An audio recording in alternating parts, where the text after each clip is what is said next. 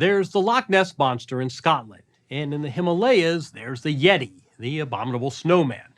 In Tasmania, a teardrop of an island under the eye of the Australian mainland, there's the thylacine, a creature, as we first reported last year, that brings out folklore and folks armed with grainy images convinced they've seen the thing. But unlike other mythical creatures, the thylacine, or Tasmanian tiger, actually indisputably existed.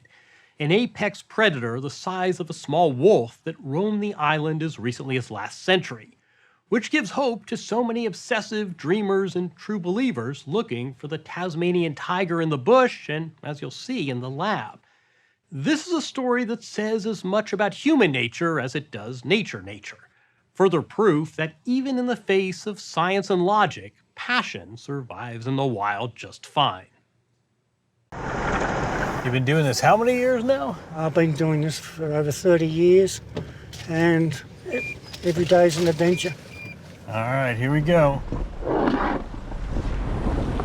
Getting there wasn't easy, but Adrian Richo Richardson, a retired military man turned self-declared tiger seeker, retraced his steps.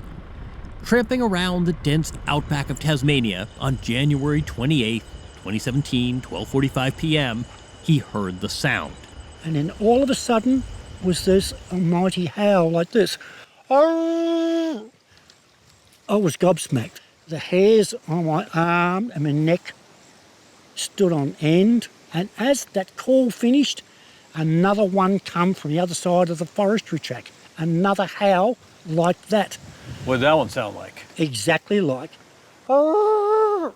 Richo craned his neck but saw no creature. Still, he's sure of what it was. A Tasmanian tiger.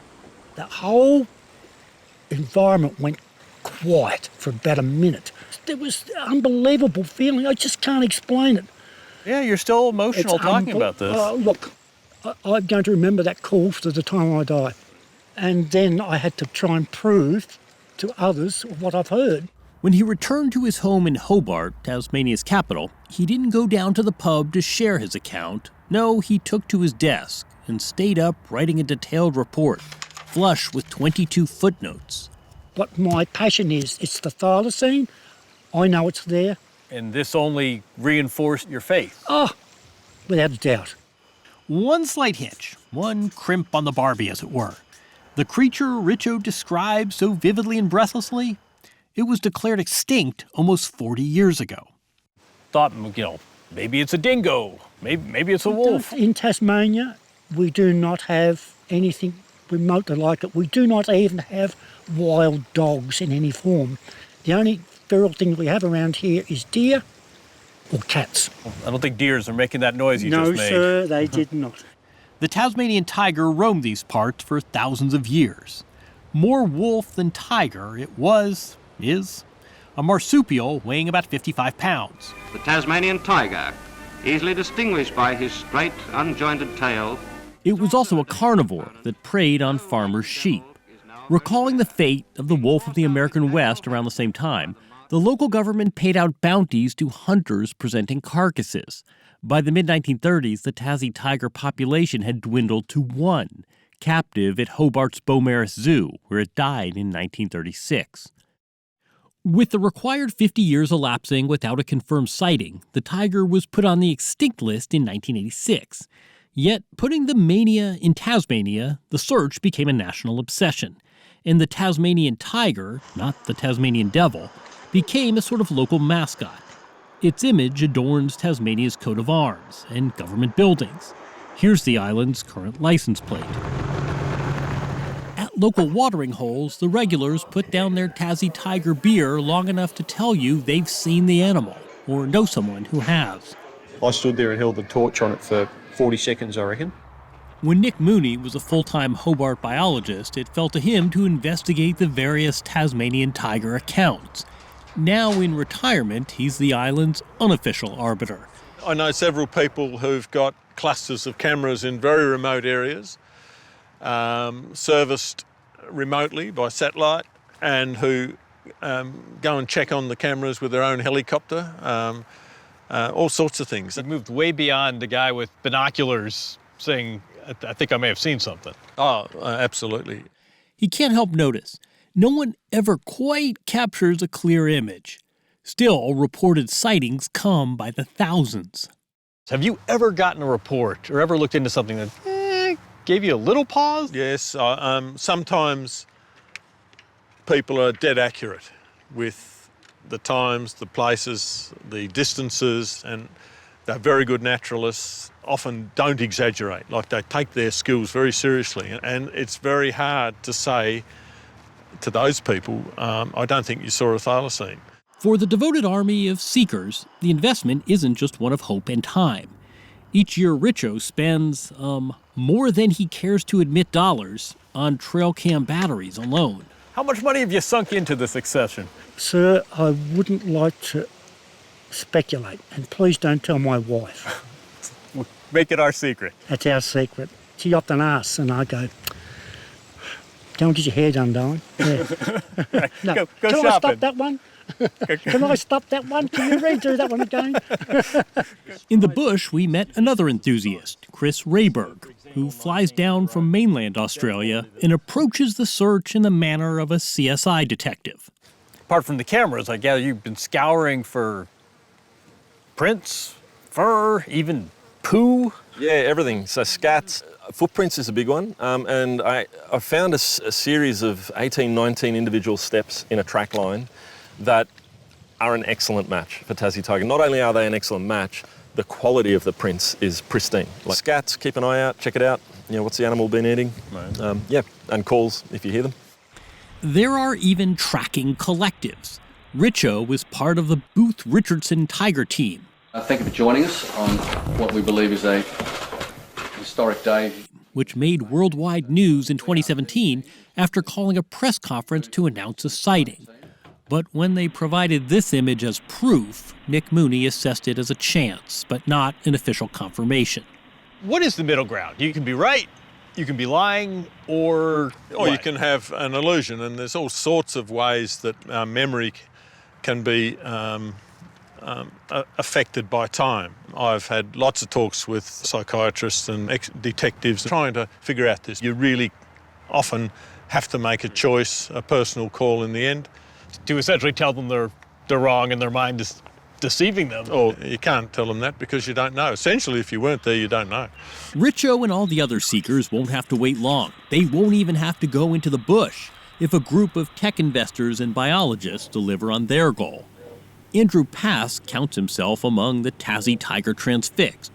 He comes to the quest, though, armed not with binoculars, but a microscope in his tiger lab.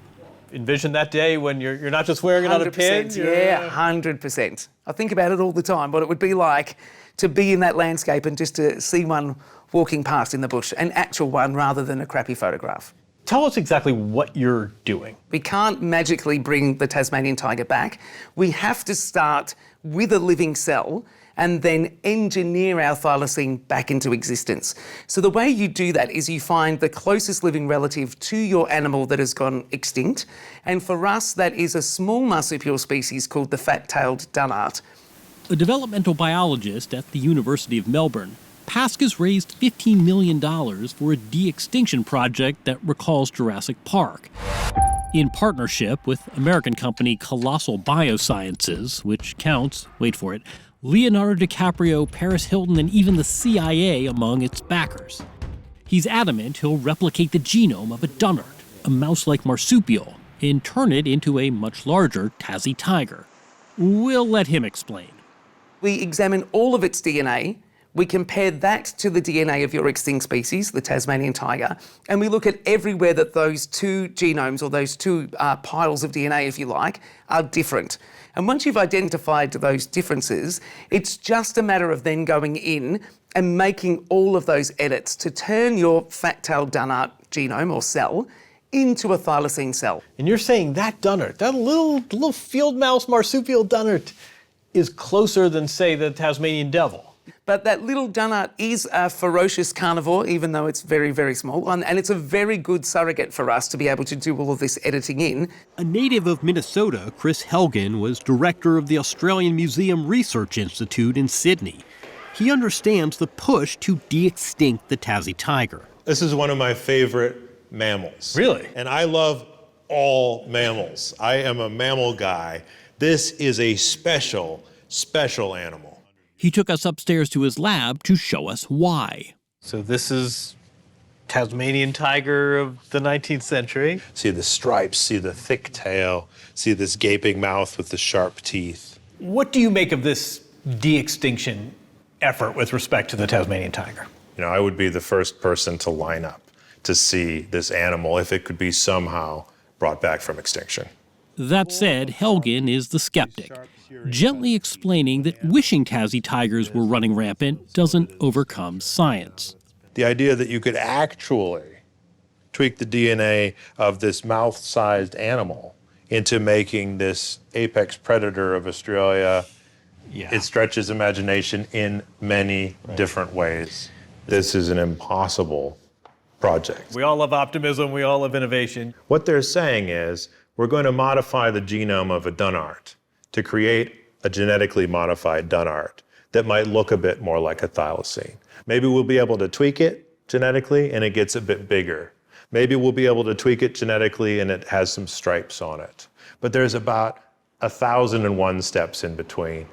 Helgen has thought about the source of the current Tassie tiger passion and wonders how much of it is driven by remorse. It's a special symbol about Australia and about what we've lost. We've had a lot of extinctions here. In the last 100, 200 years, 30 mammals alone. So in the United States, only 1 or 2 mammal species have disappeared entirely. So why are people taking this seriously and why are people investing so much in this? So many people have the dream, if we could just get this animal back. Maybe it would help us think different about extinction or the guilt that we might feel of having removed such a special animal from the planet. Whether, they imagine it might be still hiding in Tasmania or in a lab to be reborn, there's this burning hope. Richo reckons that if his countrymen in the DNA sequencing labs can resurrect a Tassie tiger, good on him. But regardless, he'll continue coming here. Faith unshaken, he's certain this animal, most famous for being extinct, is not extinct at all. If someone accused you of being obsessed, would you plead guilty? Oh, sir, I'll put my hand up to that. Your Honour, I am guilty. You're a Tasmanian tiger obsessive. I am indeed.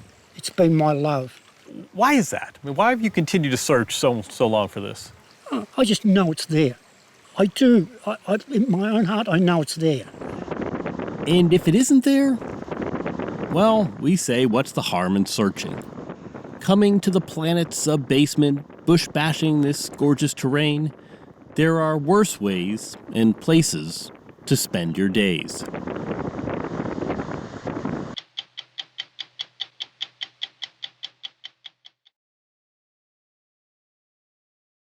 When Lewis and Clark first encountered grizzly bears, there may have been 100,000 of them in the American West, from what is now Canada all the way down to Mexico.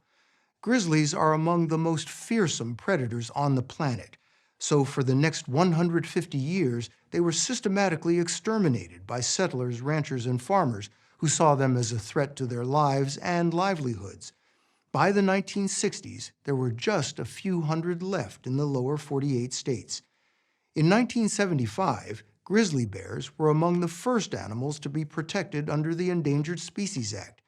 And as we reported last year, what's happened since, especially in the state of Montana, is a story both of conservation and conflict. Ever been face-to-face with a grizzly? Neither had we. Ready? Yeah.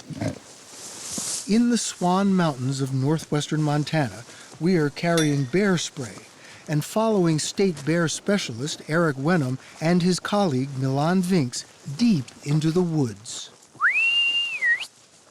Hey! Wenham is checking one of several traps called snares. Oh, there's a bear. That he has baited with beaver meat. Grizzly bear. You hear that? The closer we get, the more agitated she's going to become, so we'll kind of be quiet, get a good weight assessment on her, and then we'll just drift right back out. Okay? I'm with you. All right. You're okay. You're all right. You're okay. You're okay. You're all right. You're all right. After the wire snare around its wrist stops the first charge at Wenham, the grizzly makes another effort to get at our cameraman, Don Lee. You're all right. All right, we'll drift out. Do you have an estimate of how big that bear is? How much do you think she weighs? I think it's right around 300 pounds. That's mid-size for a grizzly. They can weigh as much as 1,000 pounds and stand 9 feet tall on their hind legs. We're going to mix a little bit of metatomidine in there. Wenham and Vinks mix a cocktail of veterinary sedatives and load them into a dart gun. You have the dart, I have the bear spray. There we go, we are set. Vinks carries a shotgun loaded with lethal ammunition just in case.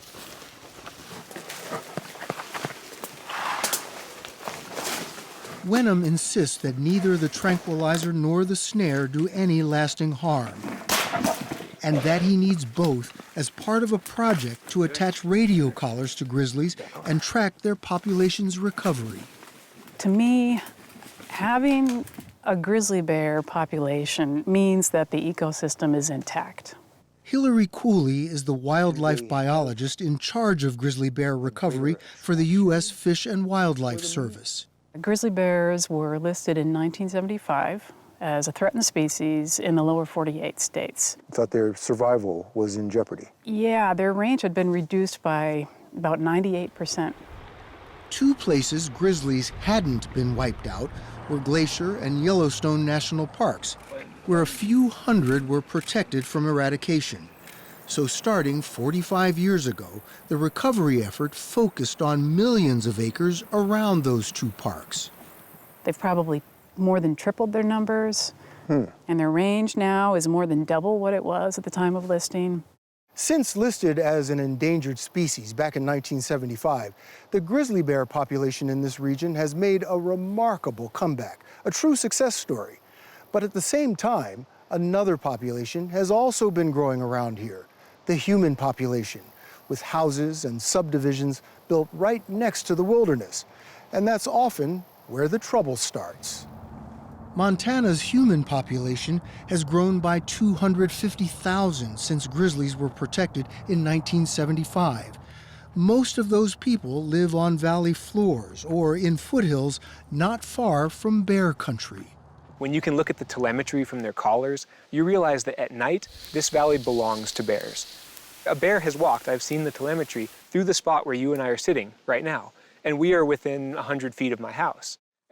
Bryce Andrews is a rancher, author, and field director for a nonprofit called People and Carnivores, which tries to minimize human-bear conflict. He's seen all the videos of grizzlies going through trash cans, raiding chicken coops, and backyard bird feeders, even the fridge. They are true omnivores and really hungry from the moment they emerge from hibernation each spring. Anything with caloric value, a bear will turn it into what they need to survive. So they will eat any and everything. Any and everything. They'll come for bird seed. They'll come for the residue on a barbecue. It's their appetites that get them into trouble with humans. Absolutely. The greatest trouble comes when grizzlies go after livestock or crops that ranchers and farmers count on for their livelihoods. Bears can be really hard to live with. They kill livestock. There are producers who have 20, 30 cows a year killed by grizzly bears. And so for sounds like a lot. Folks, it's a lot. It's a big impact. The bears probably knocked down between 20 and 25% of my corn that I couldn't harvest every year. Greg Schock farms in Montana's Mission Valley. He says grizzlies live in the woods about a mile from his home. We had 18 several years in a row in our cornfield, and nobody believed that I had that many until they put cameras up and actually had footage of them. 18 in your cornfield? In a 100-acre cornfield, yeah. With so many grizzlies around, now nearly 2,000, the federal government has considered removing some populations from the endangered species list.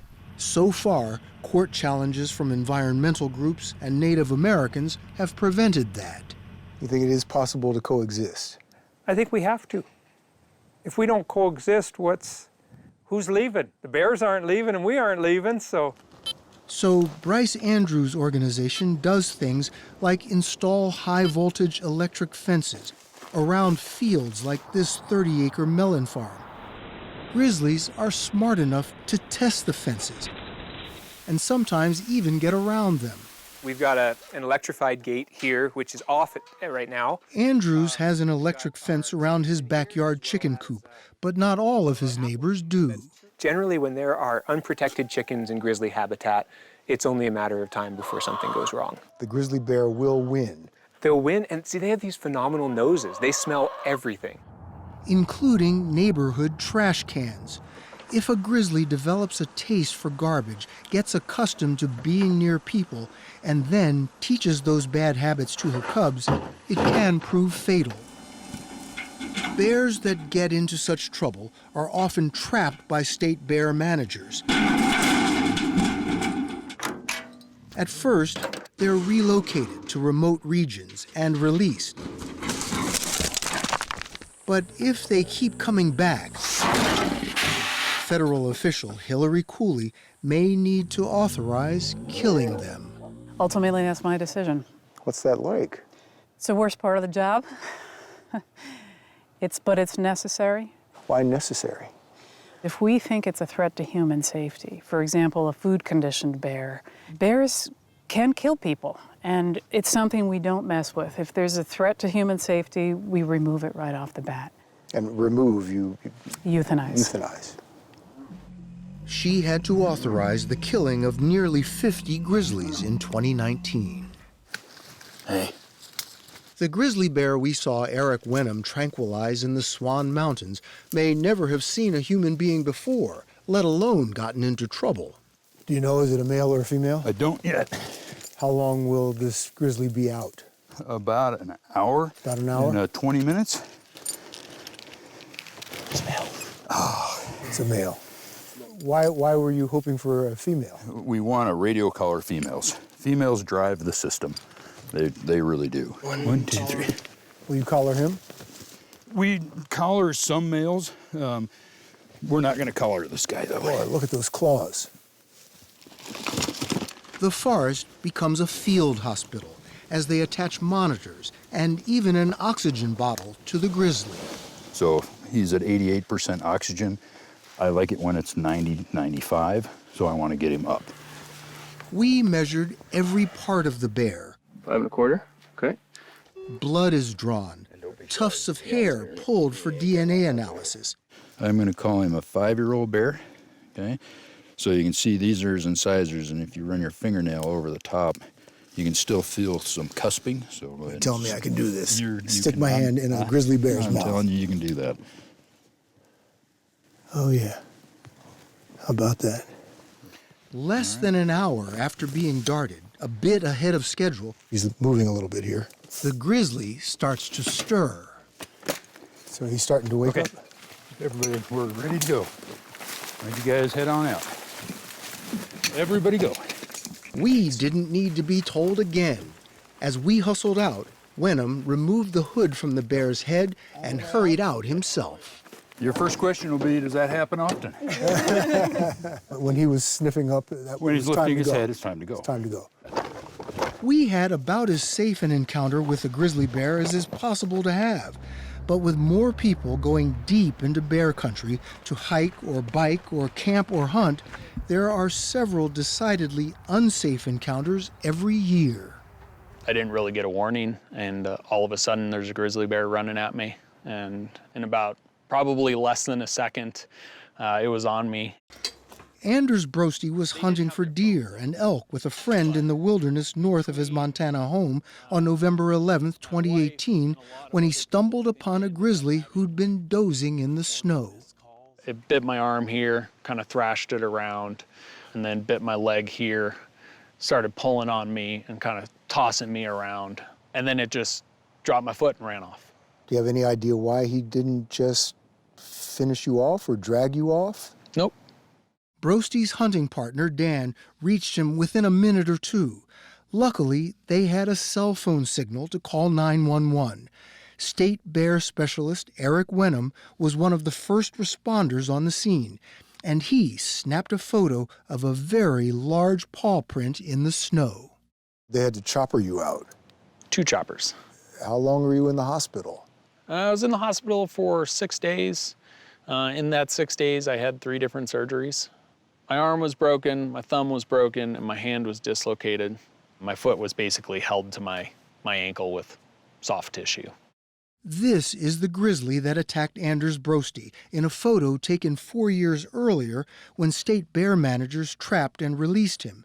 DNA samples proved the match. So the bear that attacked you is still out there. Yep. Does that bother you? You okay with that? I'm okay with it. I was intruding. So to me, the bear's response was not any more inappropriate than what somebody else's response would be if I trespassed into their home. Brosty, who is the co-founder of a company that makes mountain bikes, is back on his after many months of tough rehab. And he says he and his friend Dan plan to go hunting again this November 11th, the anniversary of the attack. I think it's part of what makes Montana wild. If we didn't have grizzly bears, it'd be a little less wild.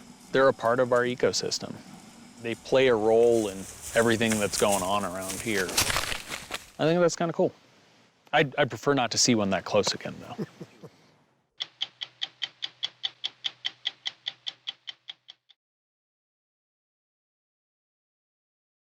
With close to 1 million species now threatened with extinction, it's not often you hear about a conservation success story. But as we first reported in November, the mountain gorillas of the East African nation of Rwanda are just that. When American naturalist Dian Fossey moved to Rwanda half a century ago to study mountain gorillas, their numbers were dwindling down to just 254 individuals. But today, they're up to over 600, with another 400 in neighboring Uganda, the only great ape whose numbers are actually on the rise. How they've done it? A joint effort by scientists and government to save gorillas and help the human communities around them, with a key role played by tourists. These are the Virunga volcanoes, home to most of the world's mountain gorillas. Dian Fossey aptly called them gorillas in the mist. But when the mist lifts, they are gorillas in the sun, doing what mountain gorillas do: eat, rest, eat some more, and snuggle. When you look in the eyes of a gorilla, you see a kindred spirit looking back at you.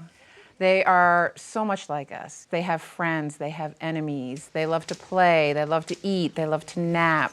They are incredible moms and incredible dads. So we're going to pull this one out. Primatologist Tara Stowinski heads the Dian Fossey Gorilla Fund, a nonprofit research and conservation organization that grew out of Fossey's work. How many years did she live up here alone? She was in the forest for 18 years. Fossey was sent to Rwanda in 1967 by famed anthropologist Louis Leakey, who had also sent Jane Goodall to Tanzania to study chimps. The people in the region, they gave her a nickname, Niria Matchabiri, which meant woman that lives alone in the forest. I'm sure they wondered, what was she doing up there? Strange woman living up in the mountains. Strange woman, and very tall. She was 6 foot. This is actually from 1969. What she was doing, as Stowinski showed us, was observing gorillas for hours a day. What she would do each night is come back and type up all of her notes. There is some soft pig grunting heard from the silverback, and gas is released. And this just goes on and on and on. Fossey's research and her appearances in National Geographic helped change the perception of gorillas from aggressive King Kong brutes to the gentle vegetarian giants they actually are. But gorillas back then were under assault. Why were there poachers? Why were people interested? Well, at the time, people unfortunately wanted parts of gorillas as trophies. So they wanted a gorilla head for their mantelpiece or a gorilla hand. The gorilla's habitat was also being eaten away, as thousands of acres of forest were cut down so farmers could plant cash crops up the mountainside. The demarcation line between farmland and forest stands out like a bad haircut, showing how little land gorillas have left. We cut down their homes. Yeah, I mean, unfortunately, that's the story for wildlife around the world.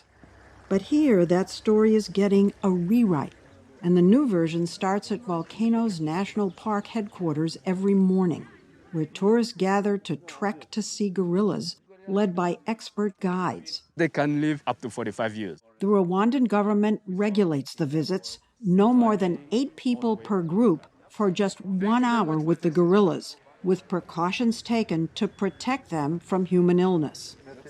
The price tag is steep, $1,500 per person, turning Rwanda, a country known for its horrific 1994 genocide, not so much for its beautiful scenery, into a prime destination for the wealthy. Some of the most luxurious hotels in the world have opened here, generating tens of millions in tourism revenue. Other countries have diamonds, oil. Would you say that gorillas are the most important natural resource of this whole country? Definitely. Yeah, it's one of, if not the top source of foreign revenue, is tourism to see the gorillas. For the whole country? For the whole country. The government gives 10% of the money from those gorilla treks to districts that border national parks in a program called Tourism Revenue Sharing. As you see this school behind, that was before. Chief Park Warden Prosper Uwangeli met us at a local primary school. Behind him was the old school. Behind me, look at the windows. New classrooms paid for by tourism revenue sharing funds. It costs $1,500 to go see the gorillas for 1 hour. For 1 hour? Special experience? He admits it's a lot, but says it's made a tremendous difference in his meetings with local leaders. We go there and we listen what communities want the tourism revenue sharing to support. They decide? Yeah, they decide. This village built a health center. This one, new housing with water tanks and electricity. Here, a new marketplace. The 10% gives communities up to $650,000 US a year. Good morning. Uwangeli divides his time between greeting tourists, managing his rangers, and traveling around these villages, talking, cajoling, and celebrating what tourism revenue has achieved. A few years back, this community chose to get milking cows, which have since had calves, so the cows are now being given to new needy families. And those colorful striped sweaters? They're a product of tourism revenue sharing too. One year, this community used its funds to buy knitting machines. A lot of the guides, porters, come from these communities. From these communities, and some of them are former poachers themselves. No. Yeah. Some of the porters and guides were poachers. Or come from poacher families. So has all poaching of gorillas stopped? Yeah, in Rwanda, yes. Confidently, yes. But gorillas can still get caught in snares set for smaller animals, like antelopes. So the Fosse Fund dispatches a small army of trackers every morning, 365 days a year. We go out into the forest. We know every gorilla and all of the families that we monitor. We check and make sure every one of them is okay. If one looks ill, we'll notify the veterinarians. And we call this extreme conservation. It could also be called an extreme workout. Oh boy. We set off on a gorilla trek with Stowinski, Uwangeli, and a team of porters. Visiting mountain gorillas is no walk in the park. It's an uphill hike for more than an hour at an altitude of 8,000 feet through that farmland that once belonged to the gorillas. Can we stop here? Just to get to the park. Are you out of breath? Yes. Or is it just me? Then, just as we reach the park border, oh my goodness gracious, I can't believe it. A silverback, used to seeing tourists, sat calmly eating. He's right here. Yeah, come. Unfazed by our gawking and pointing. Uwangeli told us he's an adult male named Lisanga. Fosse Fund Country Director Felix Ndidijimana taught us how to signal that we come in peace. Oh, that's very good. Inside the park, after more climbing, Oh, look at the baby. Oh my goodness. we found the rest of Lisanga's group. Let's follow them. Uwangeli told us the dominant silverback was heading higher up the mountain, so the whole group was following, and so were we. In a sign of the population's health, this group has 5 infants and several juveniles. Oh my goodness. Yeah, they're having That's a ball. serious. They're having a ball. She told us they play for fun and to practice fighting. Or perhaps just to show us who's boss.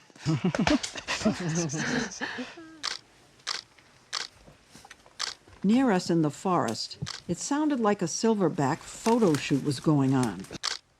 But Fosse Fund research assistant Nadia Nionize wasn't snapping ordinary pictures.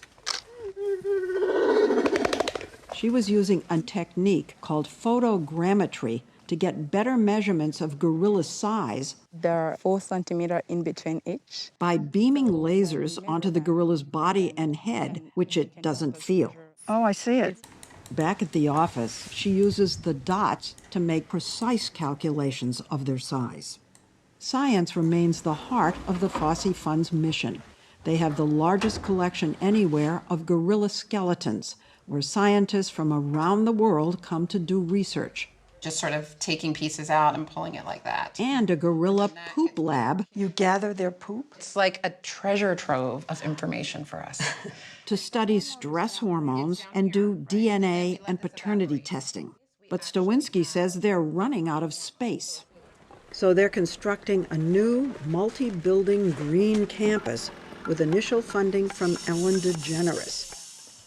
The campus will celebrate the progress made in saving mountain gorillas, with plenty of space for researchers, exhibits for tourists and people from local communities, and views of the volcanoes. And you can see the mist. And it really rolls in. The building process itself reinforces the fund's motto, helping people saving gorillas. It's employing more than 1,500 local workers, more than 20% of them women.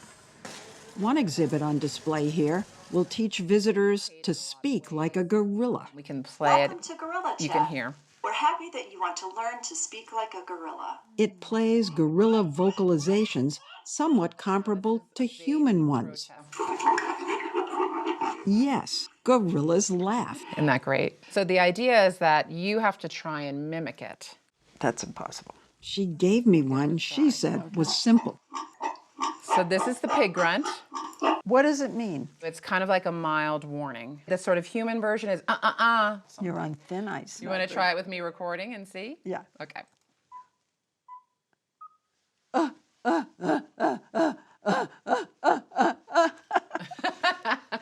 Try again. I did such a bad job. It's hard. So fun. It won't it be fun though? Stawinski wants school kids to come and be inspired to solve the next set of problems, increasing numbers of gorillas inhabiting a fixed amount of space. As the population has increased but the habitat hasn't, it is putting more pressure on the gorillas. And so the government is looking to try and expand the park so that there will be more space so that population can continue to grow. There are plans to expand the park by 23% and relocate communities to what the government calls model villages like this one, with electricity and brand new schools, trying to make park expansion another win-win for gorillas and their human neighbors. It's a success story. It is a success story, definitely, but we say it's a fragile success because there are so few of them left and there are still so many threats. But for now, the news is good. Last year, 33 new baby gorillas were born here. Wow. I mean, you can't have enough of telling those stories of gorillas when you look at the moms carrying the babies. Do you know that when you talk about gorillas, your face completely lights up? I know about it. But much of the smile comes from what they are helping us to achieve. That's really the best way we can serve the next generation of kids, gorillas. Oh my goodness. And people.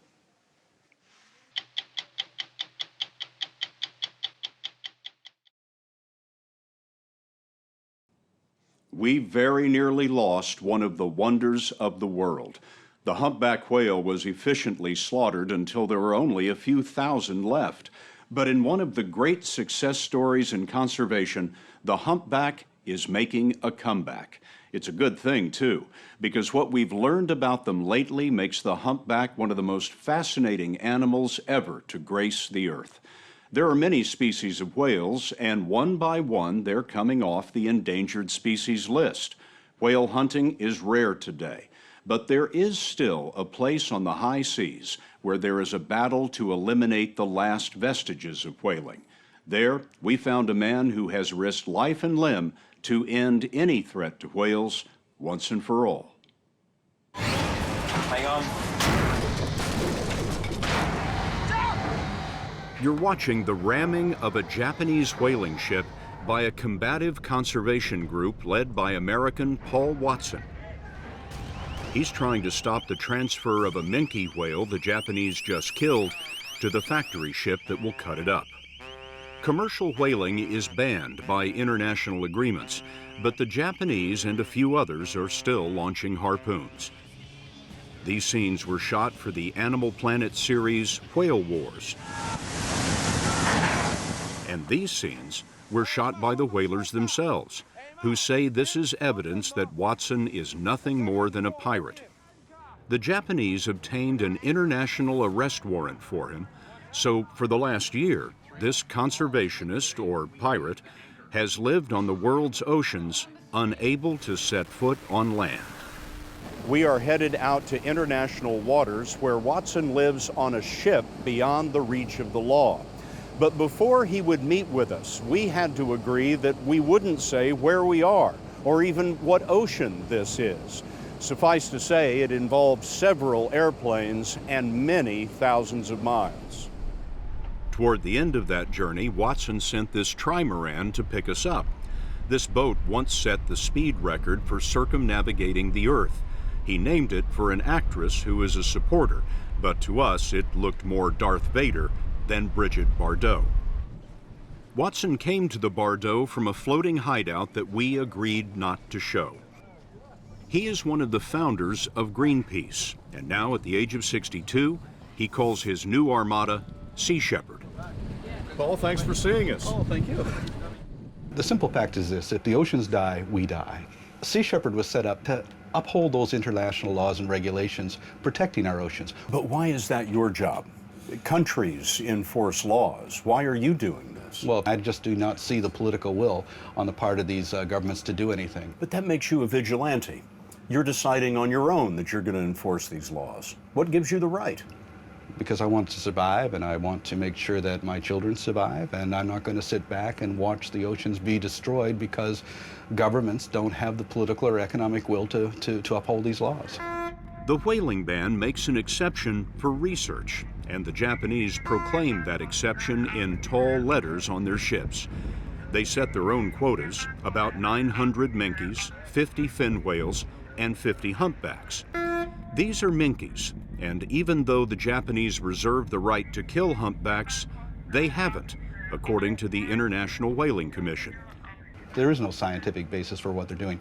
We have seen them take a whale onto the factory vessel. There's no scientists there. There's nobody measuring anything. They simply cut them up, send them down below, and package them. So this is not science. This is bogus. The International Court of Justice in The Hague will be deciding whether Japan's whaling is really for research or should be stopped. But while the whaling continues, Sea Shepherd fouls the Japanese plan with rope to catch their propellers. The Japanese fire back with water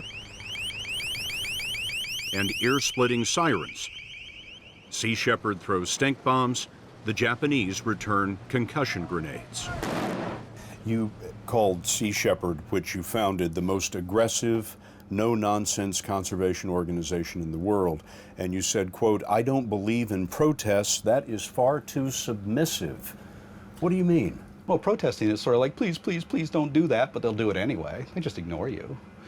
So protest is submissive. We're not a protest organization. We're an interventionist organization. We intervene against illegal activities. But this is what happened recently when Sea Shepherd tried to intervene. The whaler kept coming and sheared the bow off of Watson's $2 million boat, which eventually sank. No one was seriously hurt. Watson claims he has cut the Japanese catch because of these tactics, the same tactics that the Japanese say are illegal. You're in sort of a prison, aren't you? Well, it's a pretty nice prison. It's, you know, I don't mind being on the ocean. It's a beautiful place, and certainly the citizens out here tend to be more peaceful. But when people call your tactics violent, how do you respond to that? I mean, you look at this footage, it looks violent, it's hostile. The Japanese are committing violence against living whales. We are not hurting anybody, so we're not violent. This battle is fought in the last place where humpback whales are considered endangered by the international agency that decides these things. These South Pacific humpbacks feed here in the Antarctic summer, then journey north 4,000 miles to mate. This is where much of the research is done, around a speck on the map called Rarotonga.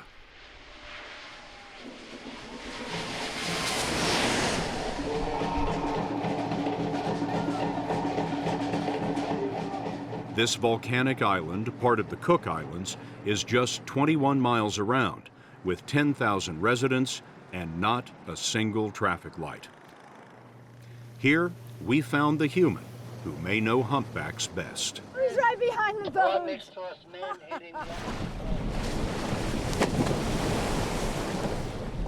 Hello, beautiful. He's putting on quite a lovely show for us. And you just have to be careful and respect their space. They take up a lot of space. Nan Hauser is an American marine biologist who intended to come to Rarotonga for 1 month of research. But that was 16 years ago. Now her home and her lab are on the side of the volcano, and she spends her days eye to eye with her subjects.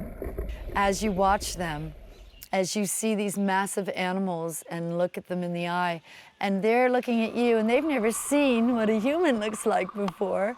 And so they're curious about you, and you're curious about them. Humpbacks are acrobats. Their fins are like wings, up to 20 feet long. They cooperate with each other to hunt for the krill and small fish that they eat by the tons. We've learned a lot about them in recent years.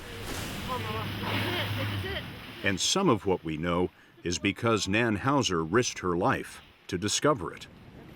She's part of an international mission to harpoon humpbacks with small satellite transmitters. That rubber boat feels tiny next to an animal 50 feet long that weighs 79,000 pounds. You got it? You sure? It's in. It's in. Okay, watch out. It's very, very dangerous. All they have to do is pick up their tail and give you a good whack, and all your bones are broken and your organs are ruptured. So it's very scary, very, very scary. My heart is pounding. When they surface to breathe, the transmitter stuck in their blubber sends a signal. Now we know that humpbacks can travel 10,000 miles a year. That's the world record for a mammal. 80% of their lives are spent submerged, and this is where Nan Hauser has made some of her most beautiful discoveries. Here we see a male standing on his head upside down, singing a song. They are motionless, and the song bellows out. The humpback song can be 20 minutes long, and they repeat the same song again and again. Males in one region will all sing the same song the same way, but next year they'll return with a new composition. So this is air somehow moving around inside their heads that's making this sound. Correct. Even though they don't have vocal cords. Correct. It's almost, I think, like taking a balloon full of air and going.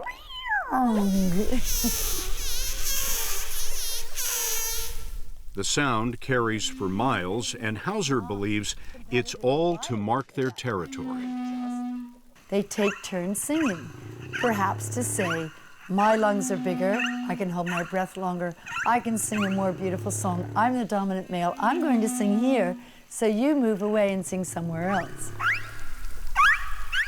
Can you do some of the sounds that you've heard? I think the most common whale sound is kind of the but we get everything. We've even had the laughing monkey, creaky doors.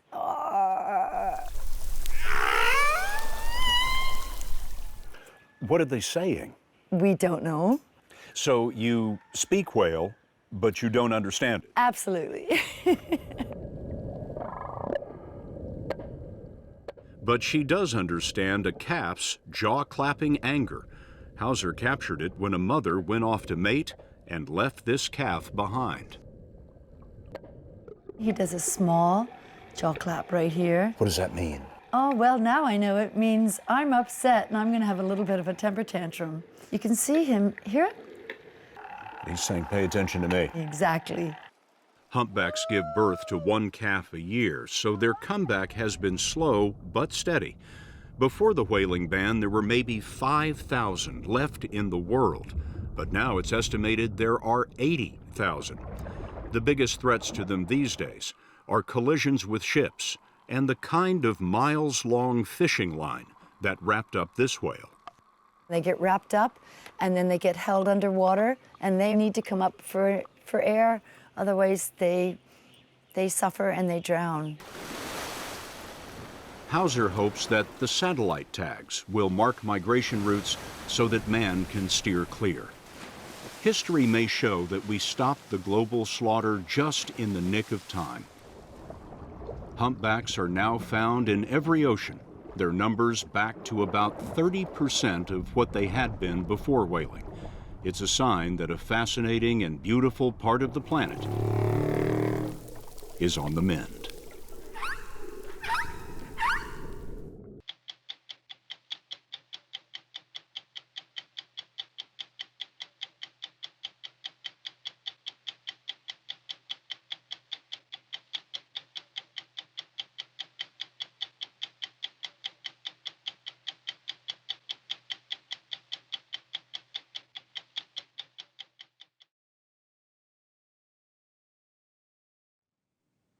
Not since the dinosaurs disappeared have animals been going extinct as fast as they are now. Entire species vanish every year. And while our hearts are moved by the plight of the biggest, whales or elephants, the fiercest, tigers, even sharks, and certainly the cutest, like pandas, what about the slowest? The turtle and its land-loving cousin, the tortoise, have been plodding along, slow and steady, for more than 200 million years. But their hard shells are little protection from human predators and a booming illegal animal trade. It may be too late to save many of them, but they have found an unlikely protector in a man named Eric Good. Some of New York City's hottest hotels, restaurants, and bars are owned by Eric Good. Hello. I need to say hello to people that I haven't said hello to. Hi. That's made him rich and comfortable with the glitterati and fashionistas.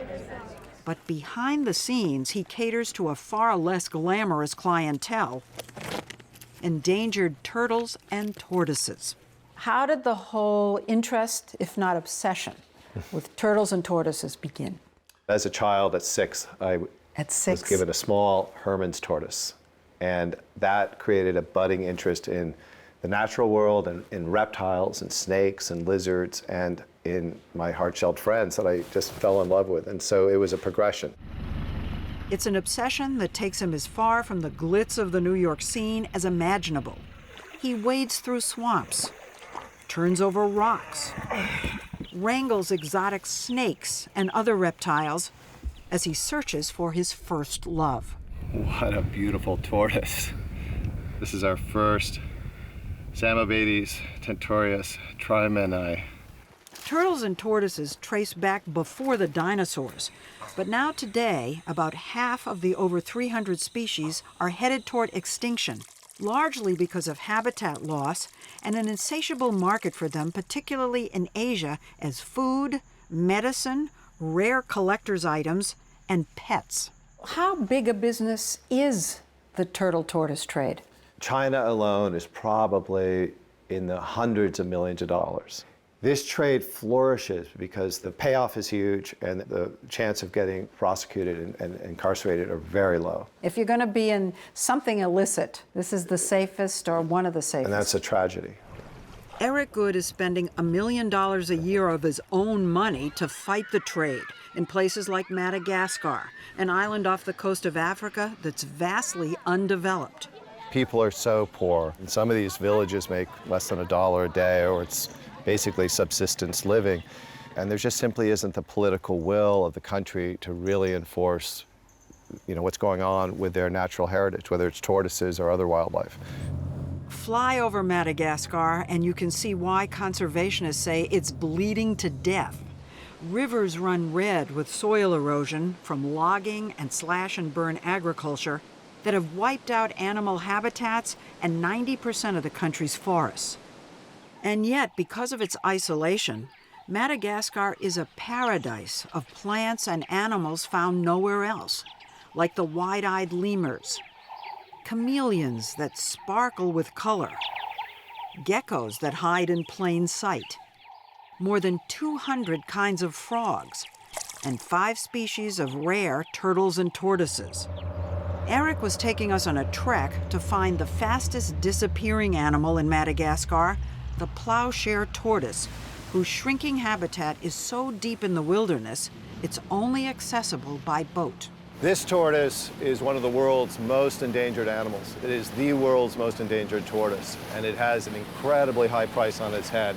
Asian countries love gold, and this is a gold tortoise. And so literally, these are like gold bricks that one can pick up and sell. We were following the path the poachers take, landing on a deserted beach. And off we went on a long hike.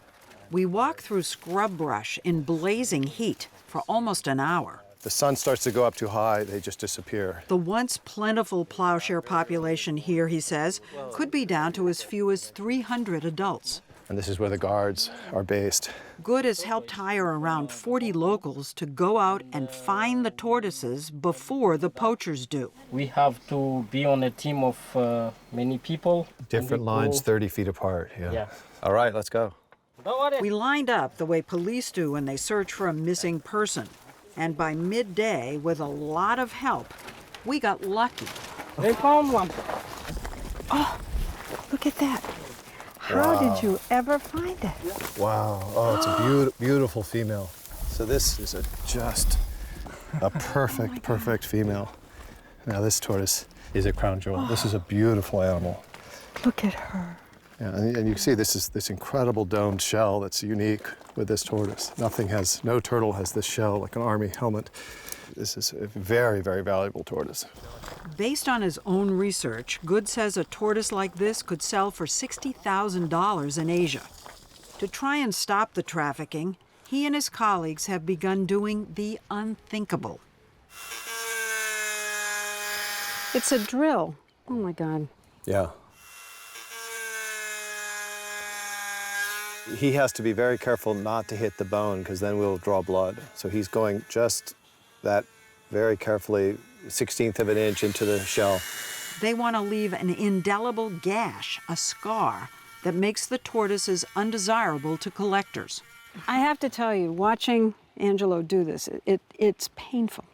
It is painful to watch. Yeah, no, it's very hard. But I think we're at a point where we're down to so few animals. There's so few of these tortoises left that we have to really take extreme measures. Scarring the shells of these animals, defacing them, etching. Is that working? Can you tell yet? It's too soon to know if that's working. It breaks your heart to have to do that to this beautiful, beautiful shell. I mean, you can compare it maybe to chainsawing off a rhinoceros's horn to save a rhino. I mean, how horrible is that? To show us what he's up against, Eric took us to a market in a small city called Mahajunga, where we saw, with our hidden camera, shells of endangered tortoises out in the open, on display for sale. And soon we were being offered live tortoises. What is this? This is a spider tortoise from southern Madagascar. This is critically endangered, and the Chinese sometimes just puncture the shell just to eat the liver out of this tortoise. One of the vendors showed up with something in a plastic bag. What is it? It was a radiated tortoise on the endangered species list. Asking price, just $400. We were even offered a plowshare tortoise if we paid up front and waited several days. But that would have meant breaking Madagascar and international laws against smuggling an endangered animal. How hard was it for you to not take that tortoise and save its life? If you leave it behind, who knows where it's going to end up? It's incredibly frustrating. This animal is from such a tiny geography. You think you could wall it in and protect it. There is one place in Madagascar that is trying to wall them in and protect them behind locks and razor wire. This national park deep in a forest. Are these automatic rifles? They certainly are, yep. Richard Lewis is with the British conservation group Durrell, which runs this refuge and breeding center. Be careful of the youngsters here. They're all over the place. Yeah, just be careful. Oh, here's some. Watch where you step and then come on over. These are all adult males. Look at them. Do you know how old they are? This could be 50 years old, 100 years old, 150, 200 years old. I mean, this is the longest lived animal on the planet. Their longevity is one of the reasons they're so valuable.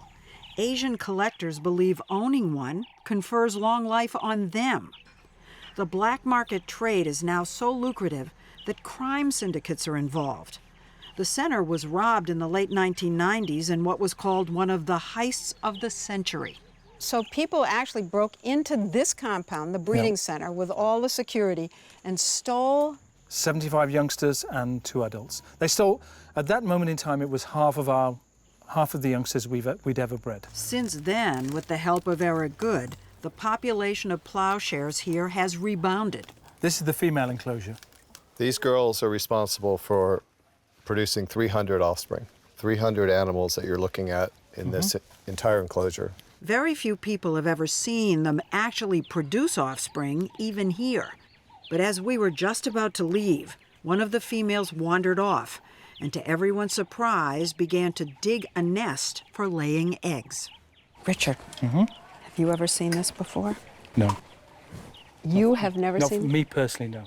It's the luck of the draw, as it were. Being a tortoise, the work was very slow and very plodding. Yeah, it's remarkable. You think those legs are just these stubby elephantine feet, but they're very good at cupping the soil, digging this incredible little hole. Yeah, and she could be, what, 60, 70 years old? Yeah, 100 years old. It took her almost an hour, and then... Oh, there's the egg. Oh, my God. Oh, my Is God. she going to do another one? Yep. Oh, there it goes. There it goes. Oof. Number 2. This is what you work for. Yep. And even more so when the little tortoise, when the hatchling comes out, you feel like you've broken a secret code. Good wants to emulate this kind of success back in the United States, with not just plowshares, but dozens of other species.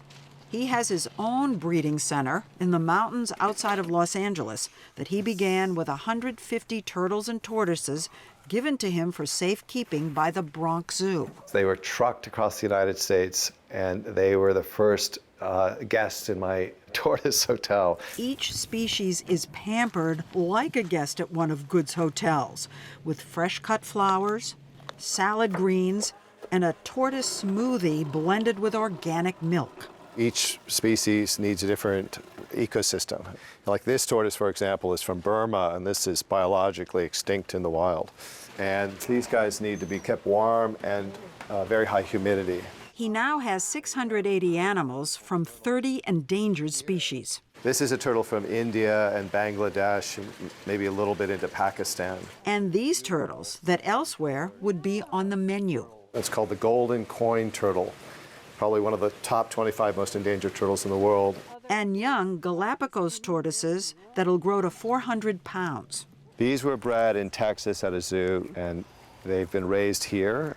Don't come for my toes. But Eric Good says he doesn't want any of his guests to stay too long.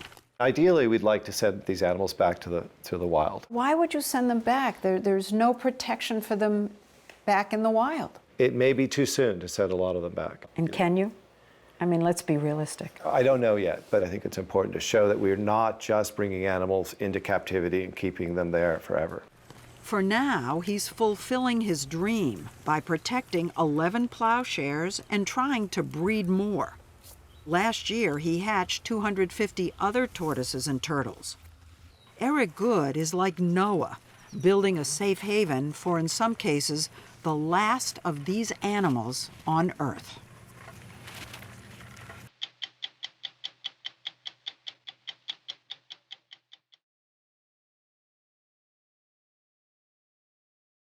Most people know that chimpanzees are our close cousin. They share over 98% of our DNA.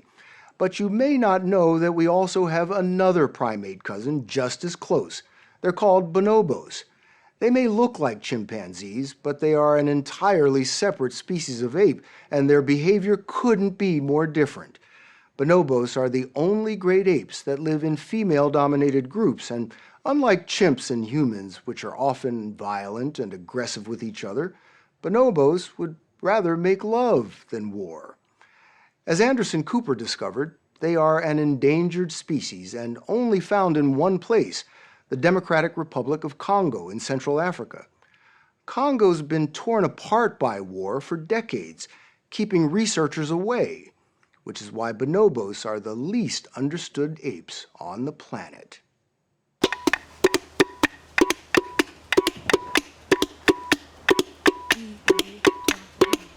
The world's only sanctuary for bonobos sits on the outskirts of Congo's capital, Kinshasa.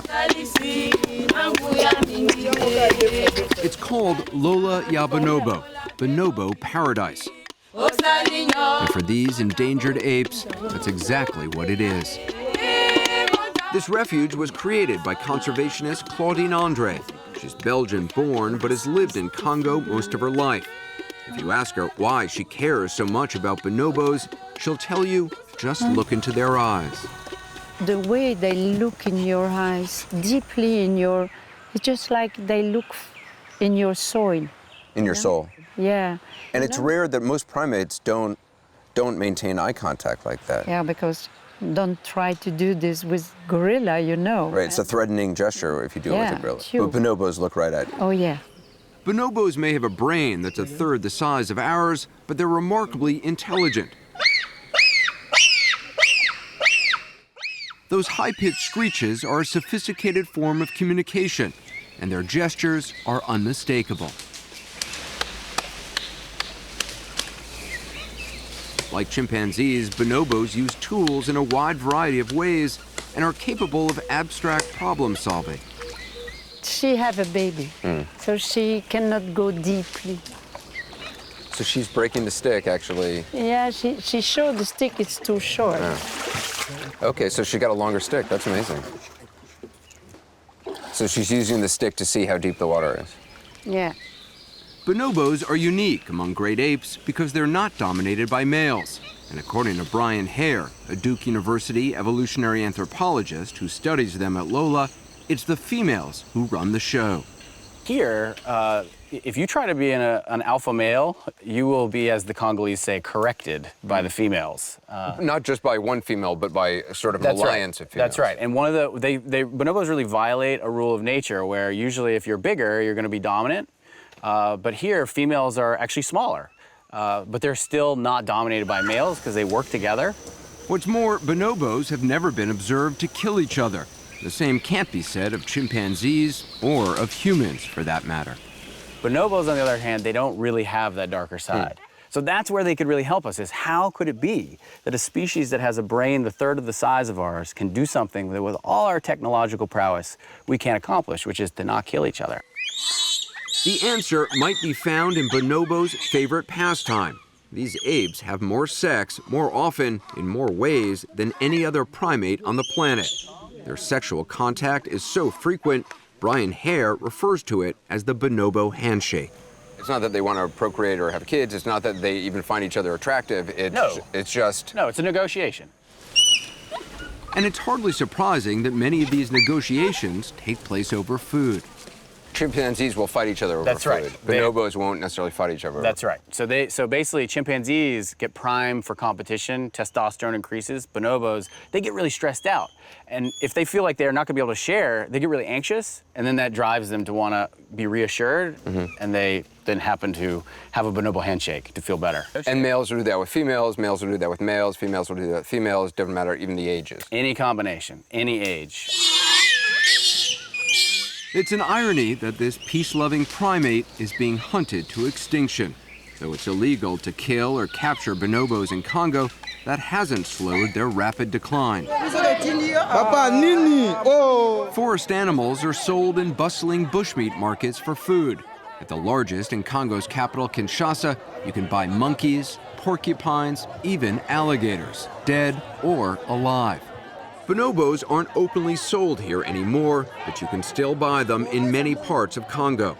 Their orphaned babies often end up in the only place that can care for them. Lola ya Bonobo. The babies arrive traumatized, often injured. Each is assigned a surrogate human mother, and their job is to raise the babies as their own, showering them with the love and attention the orphan apes so desperately need.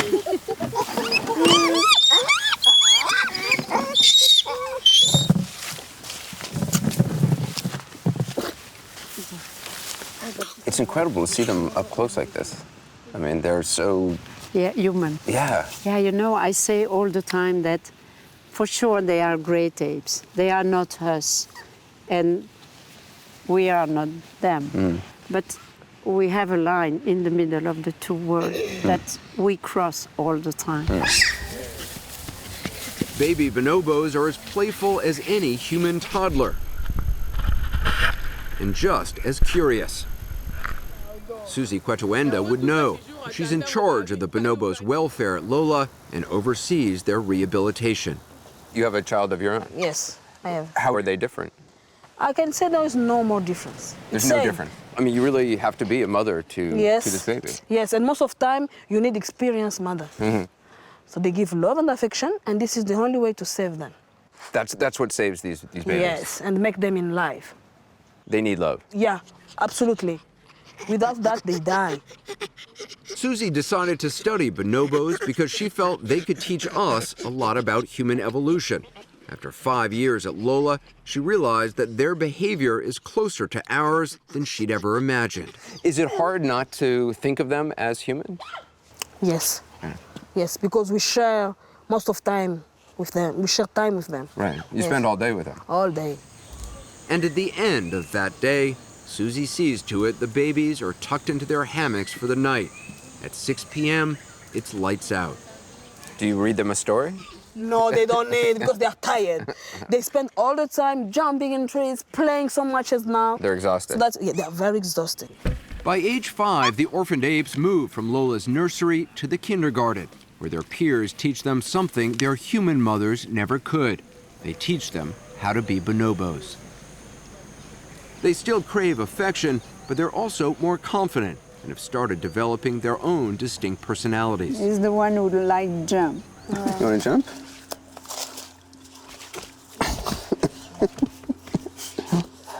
I can't work under these conditions. It's very hard to conduct an interview like this. Yes. Yeah. Claudine Andre came across her first bonobo 20 years ago. The country was racked by violence and on the verge of a brutal civil war. She volunteered to help at a local zoo, and that's when she saw a baby bonobo. Though the zoo director warned her about getting too close. He said, don't put your heart in this animal. Yes, it's a bonobo. A bonobo. It was the first time for me I hear this word. And he say, they never survive in captivity. So he was warning you, don't fall in love with a bonobo because it's going to die. They don't. Yeah, but it was a sort of challenge. There are now more than 70 bonobos at Lola. Many of the original orphans have children of their own. But to save these primates from extinction, their numbers in the wild will have to grow. 6 years ago, the team from Lola decided to try to release some back into the forest. Nothing like it had ever been done with bonobos before. They handpicked 9 apes who they thought would do well on their own. They have to be able to get along in a group as Yeah. well as be strong themselves. It's just like you chose people to go in the moon. It's not quite the moon, but the site they found to release the bonobos is about as remote a place as you can find on the planet. It's a 3-hour flight deep into the wilderness of northern Congo, then a long, slow ride up the Lopori River in a dugout canoe. Life along the river hasn't changed much in centuries. Congo is one of the least developed countries in the world and has millions of acres of virtually untouched forest. It may look pristine, even peaceful, but many of the people who live in these parts have suffered from years of war. The wildlife here was decimated. So the bonobos disappeared from this area because of hunting? Yes, yes. For bushmeat? Yeah, And also during the war, soldiers would hunt here? yeah. We were taken to the spot where that first group of bonobos was released. For a while, we couldn't see anything, just dense forest spilling over the banks of the winding river. Then Claudine began calling out the names of the apes she herself once mothered all those years ago. Vous êtes où? Ooh. Ooh. They know. That's crazy. They're responding to you. They're responding to me. They know I'm here.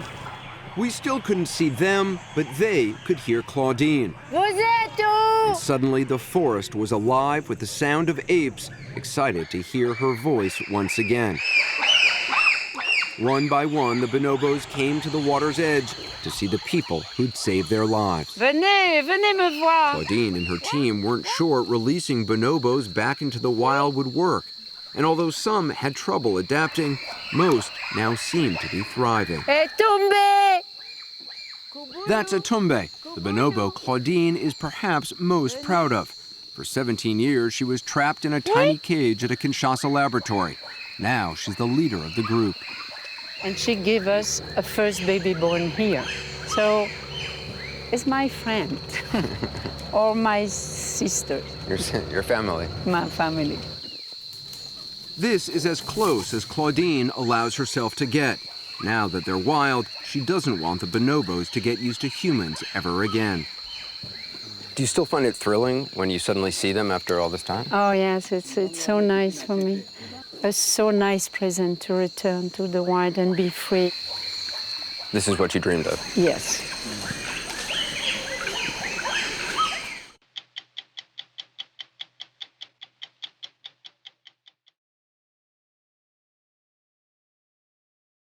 The Chinese call them shang mao, meaning bear that looks like a cat. The adjective they use is meng, which translates cute like a baby.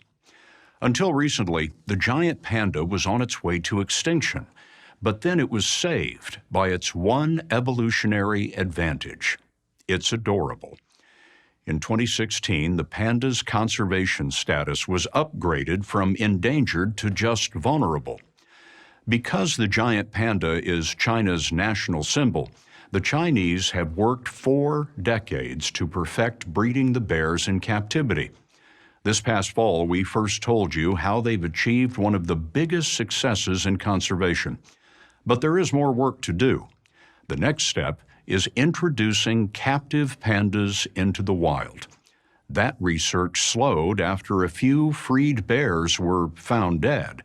And as you're about to see, no Chinese scientist can afford to lose even one baby cute cat bear. Giant pandas have been chewing bamboo for about 3 million years. But they were so elusive in the high mountains of China, pandas weren't discovered by Western naturalists until 1869. Today, their fans know where to find them. Each morning, humans compete for position at the Chengdu research base of giant panda breeding in central China. A ticket is about $8. Some days there are 100,000 visitors, so yes, that's $800,000 a day. But the experience is priceless. If these bears were in the wild, they'd be rare and solitary. They would be in alpine forests as high as 13,000 feet. And we saw, about 30 feet up, how they went unnoticed for so long. At the research base, each bear is known by name, liked online, and wrapped in the flag. A selfie with China's national symbol is a tap of patriotism. When I'm out on the street, and if anybody asks me about what I do, I tell them I work with giant pandas. They immediately thank me. And then they follow it up with, that is our national treasure. Enriching the treasure is the work of Mark Valetudo, a wildlife veterinarian from the Smithsonian Institution in Washington, on loan to the Chengdu research base. And so what we see here is actually a normal, healthy panda lung and a normal, healthy panda heart. The Smithsonian has helped propagate pandas since China sent Richard Nixon home with a pair in 1972. Back then, China barely had 2 to spare. By the 1980s, there were only about 1,200 left in China's bamboo forests, which humans were cutting down. Is bamboo the only thing they eat? 99% of their diet in the wild is bamboo. A forest is delivered every day to the Chengdu base. The common name panda means bamboo eater. But because this member of the grass family is so low in nutrition, each bear spends up to 16 hours a day shredding 40 pounds of leaves and stems. And that is hardly enough to keep him alive. So the rest of the day, the bears burn as few calories as possible. Even mating is incredibly rare. Only once a year can a female be prepared for breeding, and that is within a very small 3-day window. A female panda is capable of breeding 3 days a year? Exactly. Very small time. A very small time for a very small bear. And how old are these cubs? 1 month. Dr. Wu Kanju told us when these cubs are newborn, they average about 4 ounces, the size of a stick of butter. And how many cubs do you bring into the world in a year? This year is five babies. Of the 5 cubs that are born here this year, how many do you expect to survive? All of them? survive. Yeah. About half the time, pandas have twins, but the mother can't care for both. In the wild, the smaller, the weaker twin will be left off to die because the mother doesn't have enough energy to produce the amount of milk that's required for 2 babies. But in captivity, twins are fed in the nursery, and with a touch, mom is called to duty to nurse the twins one at a time so both survive. The cub's eyes won't open for about 6 weeks, so mother helps him to her breast. And like every nursing mom, a change of position helps, especially when her back is killing her. The cubs are dependent up to 3 years. She'll raise only 5 or maybe 8 in her lifetime. How big do they become? So the females can be up to maybe around 200 pounds, and the males up to 300 pounds. Why are they black and white? You know, that's a very interesting question. It's a mechanism to protect themselves, like many, many other animals out there that are black and white or various different colors. It's camouflage? You know, pandas love the snow, so the white parts really help them hide in the snow, whereas the black would be presumptive of shadows. The panda is a curious bear. In the last century, many biologists didn't think it belonged in the bear family. Pandas don't hibernate, and though they're virtual vegetarians, they have the digestive tract of a carnivore. Panda nutrition was a mystery when Dr. Hao Rong came here nearly 30 years ago. She's director of research and told us that the base started as a shelter for injured pandas that had been rescued. There were very few pandas, she said. All of them were seriously ill, close to impossible to breed. We were also broke. I was the only scientist. You had a dozen pandas. Yes. How many do you have now? Now it's 200. 200 healthy pandas have grown from the research into nutrition and understanding those fleeting female hormones. It's gone so well that a new area of research has opened, panda geriatrics. The bears live about 20 years in the wild, but up to 35 in the company of man. In 1937, a leading American naturalist described the giant panda as an extremely stupid beast, dull and primitive. But Mark Vallatudo showed us pandas understand commands. The whistle signals something good is about to happen, generally involving apple slices. Then, on cue, the bear volunteered its arm through the bars to a metal tray and gripped a handle. It's having a blood test. All of the pandas, the adult pandas here, are trained specifically to offer their arm for a blood sample.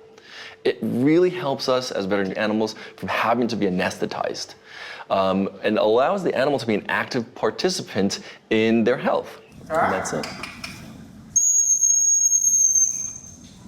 I've seen people throw a bigger fuss than he did. They're incredibly complex creatures, just like many other bear species or carnivorous species like dogs and cats. Like dogs, pandas come at the sound of their name. They know their day will start with apples and continue at the endless bamboo buffet.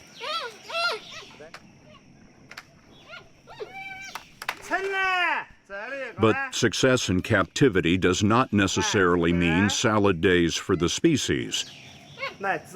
To thrive genetically, they must come home to the wild. This is really an exciting time because they're doing so well in captivity, and we can really consider them safe. That's not so for the wild populations. Melissa Songer is a Smithsonian conservation biologist working at the foot of Mount Qingchong, near the center of China. This is the Chengdu Field Research Center. Most people know it as Panda Valley.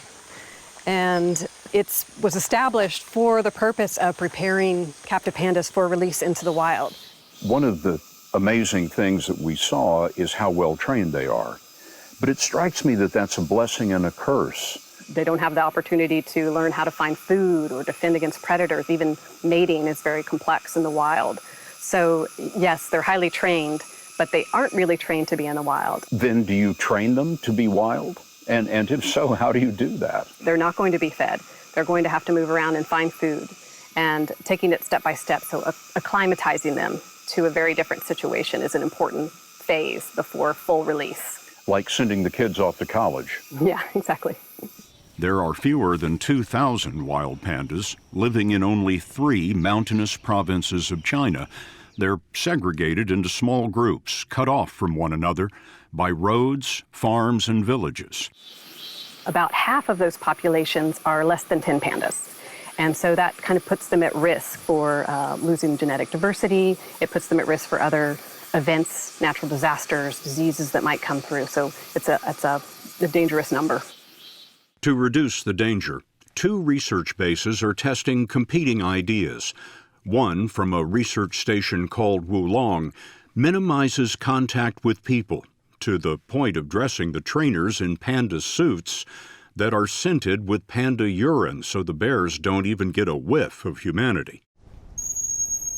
The other approach encourages the human relationship in case a panda needs to be rescued. While the bears walk on the wild side, they're monitored with radio collars in case they get into trouble. So far, 14 pandas have been released. 3 have died.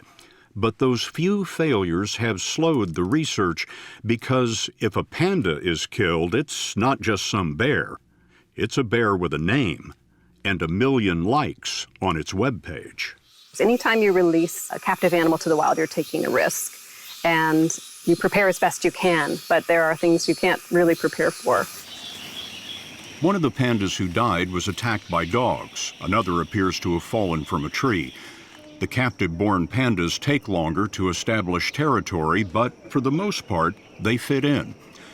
China says it will soon spend more than $1 billion on a 10,000 square mile panda national reserve to connect those pockets of wild bears. It suggests that species can be saved. It absolutely does. But more than that, what's even better than the survivability of this species is that they are an umbrella species, meaning that the care that we provide for the pandas and the tracts of land that we preserve will also save a whole multitude of other species that also need our care that a lot of people don't even know about. Which raises a fair question. If a multitude of species is saved, if climate benefits from 5 million acres of forest reserve, are we saving the panda? Or is the panda saving us?